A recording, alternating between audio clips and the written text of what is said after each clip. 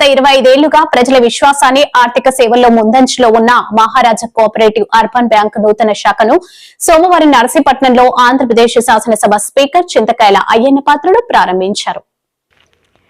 Bank 11వ శాఖ ప్రారంభోత్సవానికి ముఖ్య అతిథిగా విచ్చేసిన స్పీకర్ మాట్లాడుతూ బ్యాంకింగ్ రంగంలో మహారాజా బ్యాంక్ ఒక ప్రత్యేక గుర్తింపును తెచ్చుకుందని కొనియాడారు. ఈ సందర్భంగా స్పీకర్ చింతకాయల అయ్యన్న పాత్రుడు మాట్లాడుతూ 2000 సంవత్సరం మే 5వ తేదీన అప్పటి కేంద్ర మంత్రి శ్రీ అశోక్ గజపతిరాజు గారితో కలిసి తానే తొలి శాఖను ప్రారంభించిన విషయాన్ని గుర్తు చేసుకున్నారు. నాడు నాటిన మొక్క నేడు వృక్షమై 11 శాఖలతో సుమారు 500 కోట్ల టర్నోవర్తో 5000 మంది సభ్యులతో విజయవంతంగా నడుస్తుండటం ఆనందదాయకమన్నారు. నిజాయితీకి త్యాగానికి మారుపేరైన విజయనగరం పూసపాటి రాజవంశీయుల ఆశీస్సులతో ఈ బ్యాంక్ ప్రారంభమైందని, అందుకే ప్రజల్లో ఇంతటి నమ్మకాన్ని సొంతం చేసుకుందని తెలిపారు. కోరుకొండ సైకిల్ స్కూల్ కోసం 100 ఎకరాల భూమిని త్యాగం చేసిన ఘనత వారి కుటుంబానిదేనని స్పీకర్ గుర్తు చేశారు. నర్సీపట్నం ప్రాంతం ఏజెన్సీకి ముఖద్వారమని, విద్యా హబ్గా మరియు వాణిజ్య కేంద్రంగా అభివృద్ధి చెందుతున్న తరుణంలో ఇటువంటి బ్యాంకుల అవసరం ఎంతైనా ఉందని ఆయన పేర్కొన్నారు. మరి ఈరోజు మన నర్సీపట్నంలో మన మహారాజా అర్బన్ బ్యాంకు ఓపెన్ చేయడం చాలా ఆనందంగా ఉంది. ఎందుకంటే మీ అందరికీ తెలుసు ఈ కార్యక్రమానికి చాలా ముఖ్యమైన వ్యక్తులు కూడా వచ్చారు. వీరు చైర్మన్ గారు కృష్ణరాజు గారు, ఇతనే ఫౌండర్ ఈ బ్యాంక్కి. అంటే వాస్తవంగా చెప్పాలి, నిజం చెప్పాలంటే ఫౌండర్ అయినప్పటికీ కూడా అశోక్ గజపతిరాజు గారి ప్రోత్సాహంతో కుటుంబ సభ్యులు వీళ్ళందరూ కూడా కుటుంబ సభ్యులాగా ఉండి వారు సహకారంతో వారి ఆశీర్వాదంతో స్టార్ట్ చేశారు. ఈ బ్యాంకు ఫస్ట్ ఇది నర్సీపట్నంలో 11వ బ్యాంకు, అంతే కదండి, 11th బ్రాంచ్. ఫస్ట్ బ్రాంచ్ నేనే ఓపెన్ చేశాను. అశోక్ గారు, ఇదే ఫోటో, అశోక్ గారు నేను ఎప్పుడండి 5 మే 2000 సంవత్సరంలో ఓపెన్ చేసాం ఫస్ట్ బ్రాంచ్. 25 ఇయర్స్లో అంచెలంచెలుగా ఎదుగుతూ బ్రహ్మాండంగా ప్రజల ఆదరణ పొంది బ్యాంక్ ఒక రెప్యుటేషన్ తీసుకొచ్చారు. మహారాజా బ్యాంక్ అంటే ఒక నమ్మకమైన బ్యాంక్ అన్నటువంటి పేరు తీసుకొచ్చారు. అలా ఒక్కొక్కటి పెంచుకుంటూ 11th బ్యాంక్ ఇది ఇక్కడ మన నర్సీపట్నంలో ఓపెన్ చేయడం నాకు ఆనందంగా ఉంది.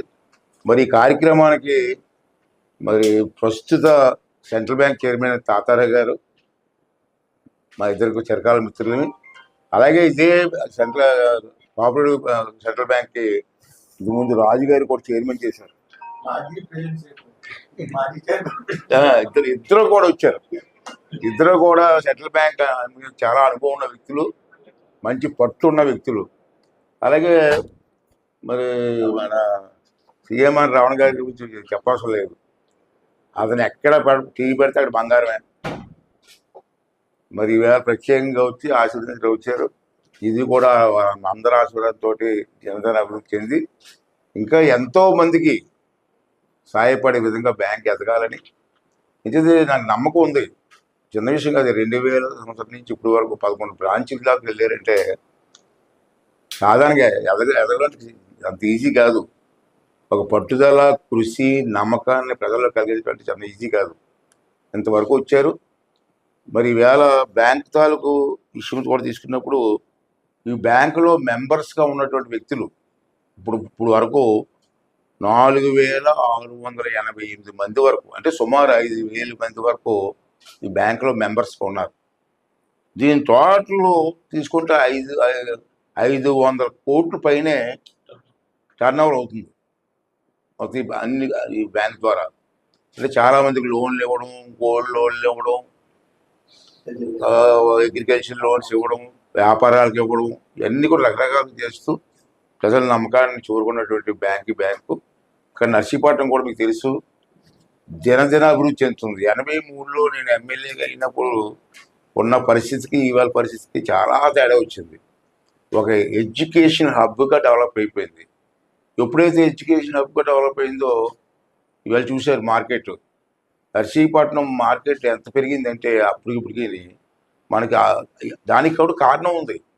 ఇక మనకి నర్సీపట్నం ఏజెన్సీ ముఖద్వారం చింతపల్లి కానీ పాడేరు కానీ అరకు వరకు ఏజెన్సీ పంటలన్నీ కూడా మార్కెటింగ్కి వెళ్ళాలంటే త్రూ నర్సీపట్నం మీదుగానే వెళ్ళాలి. అంచేత మన నర్సీపట్నం అనుకోని విధంగా డెవలప్ అవుతూ వస్తుంది. మంచి ఎడ్యుకేషన్ సెంటర్స్ వచ్చాయి.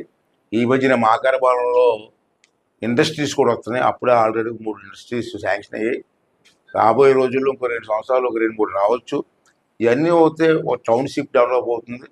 టౌన్షిప్ డెవలప్ అయితే ఈ బ్యాంక్స్ తాలూకు అవసరం కూడా మనకి ఎంతో ఉంటుంది.